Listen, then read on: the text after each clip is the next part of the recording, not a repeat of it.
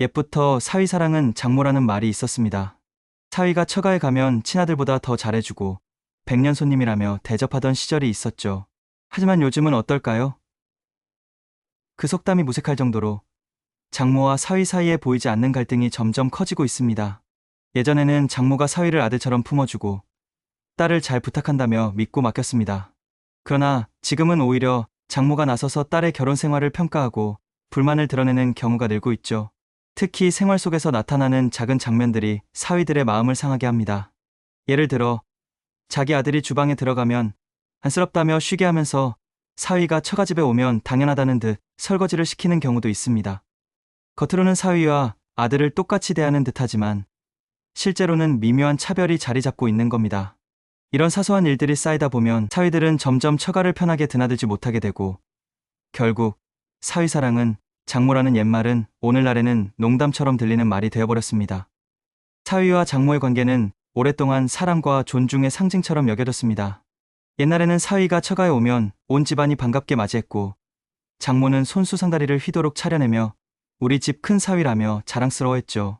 그만큼 사위는 특별 대접을 받았고 장모의 마음속에는 내 딸을 지켜주는 고마운 사람이라는 인식이 강하게 자리 잡고 있었습니다. 그런데 세월이 흐르면서 이 관계가 미묘하게 달라지고 있습니다. 특히 IMF 이후 사회 전반의 불안정성이 커지고 남성들의 직업 안정성이 흔들리면서 사위는 더 이상 든든한 보호자로만 인식되지 않게 되었죠.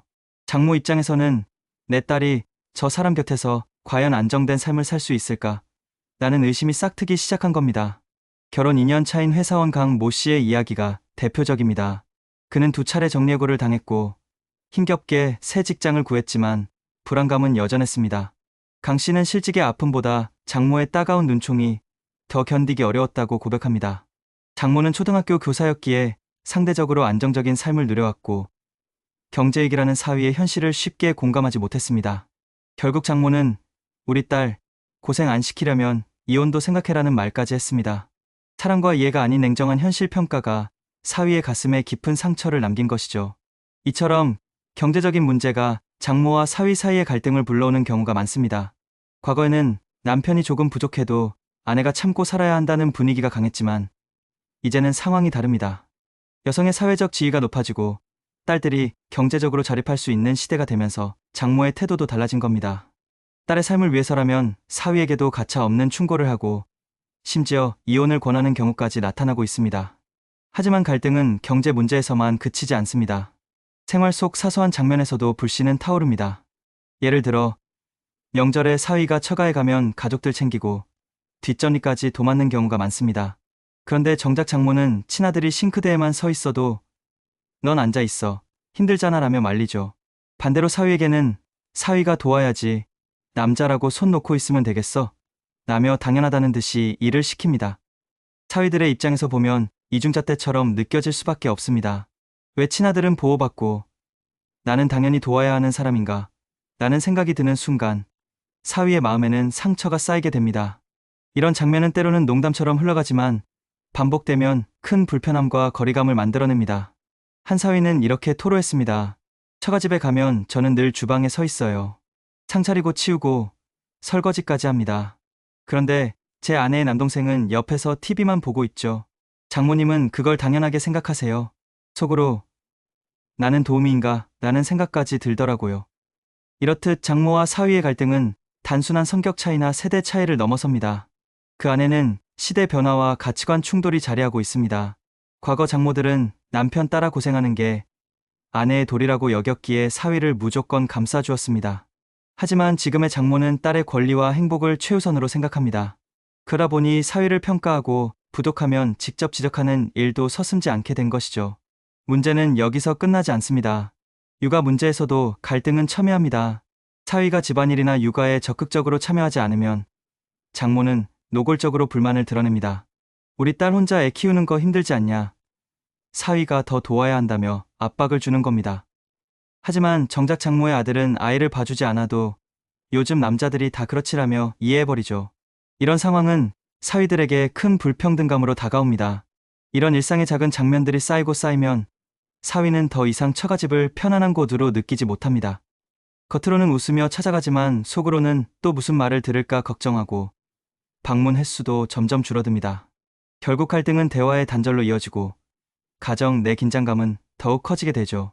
사실 장모와 사위의 갈등은 단순한 개인 문제라기보다 우리 사회가 변화해 온 과정을 반영하는 하나의 현상입니다.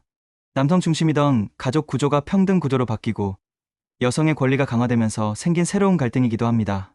즉, 장모와 사위의 문제는 곧 세대와 성 역할의 충돌이라고 볼 수 있습니다. 한 사회학자는 이렇게 말했습니다.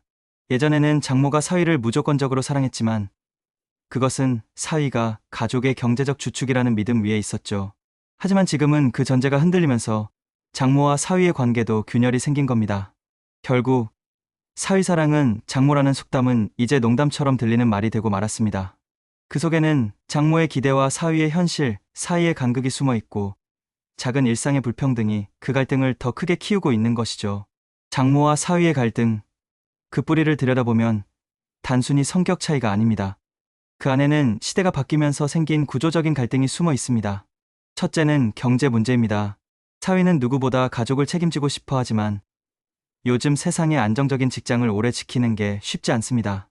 어떤 사위는 스타트업에서 열심히 일했지만 장모의 눈에는 늘 불안정한 직장인으로만 보였습니다. 명절 밥상머리에서 장모가 건넨 한마디, 우리 딸은 교사라 안정적인데 너는 언제까지 그런 회사에 다닐 거니? 사위는 그 순간 가족의 일원이 아니라 평가받는 외부인처럼 느껴졌습니다. 둘째는 생활 속의 이중잣대입니다. 처가집 모임에 가면 아들은 거실에서 편하게 앉아 TV를 보는데 사위는 부엌에 서서 접시를 닦고 있죠. 장모는 아들에게는 넌 쉬어라, 힘들잖아라고 말하면서 사위에게는 사위가 도와야지, 우리 집 큰일꾼이네라며 웃습니다. 겉으로는 칭찬 같지만 사위의 마음은 무겁습니다. 왜 나는 당연히 해야 하고 아내의 오빠는 쉬는 게 당연할까? 이런 이중적인 태도는 사위에게 인정받지 못한다는 서운함으로 남습니다. 셋째는 가치관의 충돌입니다. 장모는 본능적으로 딸을 지키고 싶습니다. 그래서 사위가 조금이라도 부족해 보이면 직접 나서서 간섭하기도 하죠.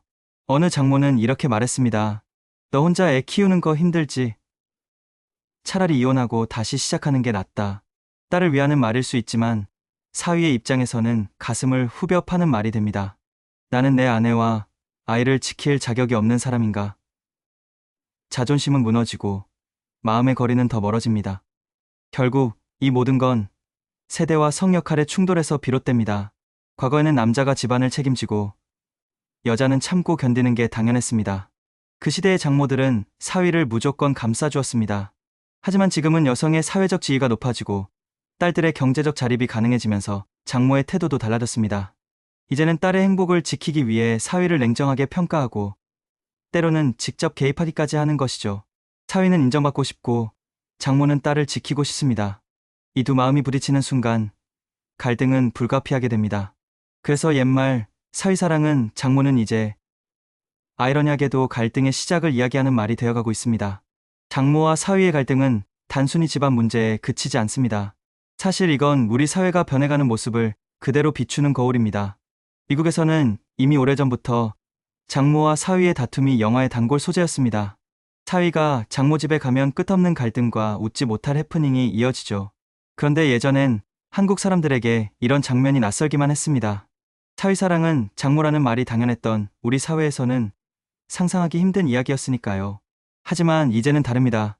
한국에서도 장모와 사위의 갈등은 점점 흔한 일이 되고 있습니다. 한 연구에서는 결혼한 지 5년 이내의 부부 중 절반 이상이 처가 문제로 스트레스를 받은 적이 있다고 답했습니다. 그 안에는 장모와의 갈등이 적지 않게 자리하고 있었습니다. 사회적으로도 큰 변화를 불러왔습니다. 예전에는 장모가 사위를 무조건 감싸주며 사위는 처가에서 백년 손님으로 불렸습니다. 하지만 지금은 오히려 장모가 앞장서서 딸의 편을 들고 사위를 비판하는 장면이 많아졌습니다. 남편 따라 살아라가 아니라 딸아, 너도 행복할 권리가 있다라는 목소리를 내는 시대가 된 겁니다. 이런 변화는 가족 구조 전체에 파장을 일으켰습니다. 처가에 가는 것이 부담스럽다는 사위들이 늘어났고 갈등이 깊어진 가정에서는 명절마다 불편한 공기가 감돌고 있습니다.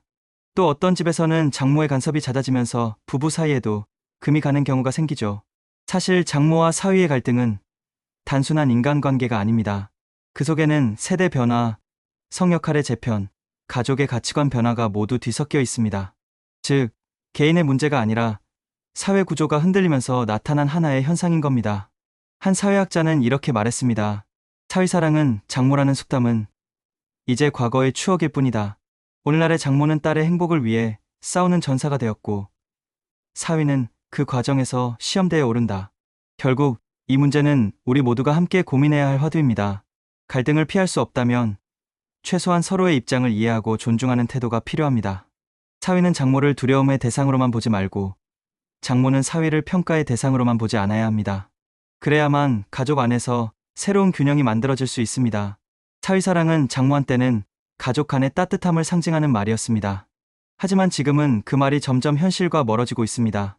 경제적 불안, 생활 속의 이중잣대, 그리고 딸을 지키려는 장모의 본능과 인정받고 싶은 사위의 자존심이 부딪히면서 이제는 사랑보다 갈등이 더 자주 회자되는 시대가 되었습니다.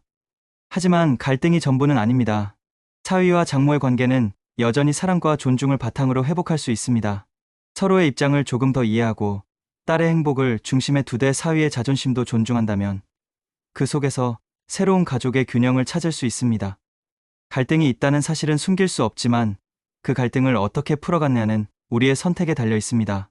사위는 장모의 잔소리 속에서 숨겨진 걱정을 읽어내야 하고 장모는 사위의 부족함 속에서도 노력하려는 마음을 보아야 합니다. 사랑과 갈등은 언제나 함께 존재합니다. 중요한 건 갈등을 통해 더 단단한 관계로 나아갈 수 있느냐 하는 것이겠죠. 여러분은 어떻게 생각하시나요? 장모와 사위의 갈등, 피할 수 없는 현실일까요? 아니면 대화와 이해로 충분히 풀 수 있는 오해일까요? 여러분의 생각을 댓글로 남겨주세요. 여러분의 이야기가 누군가에게는 큰 위로가 되고 또 누군가에게는 새로운 길잡이가 될 수 있을 겁니다. 오늘 영상이 공감되셨다면 좋아요 한번 눌러주시고 이런 이야기를 더 함께 나누고 싶으시다면 구독과 알림 설정도 부탁드립니다. 여러분의 관심과 응원이 저에게는 다음 이야기를 이어갈 가장 큰 힘이 됩니다. 다음 영상에서 또 뵙겠습니다.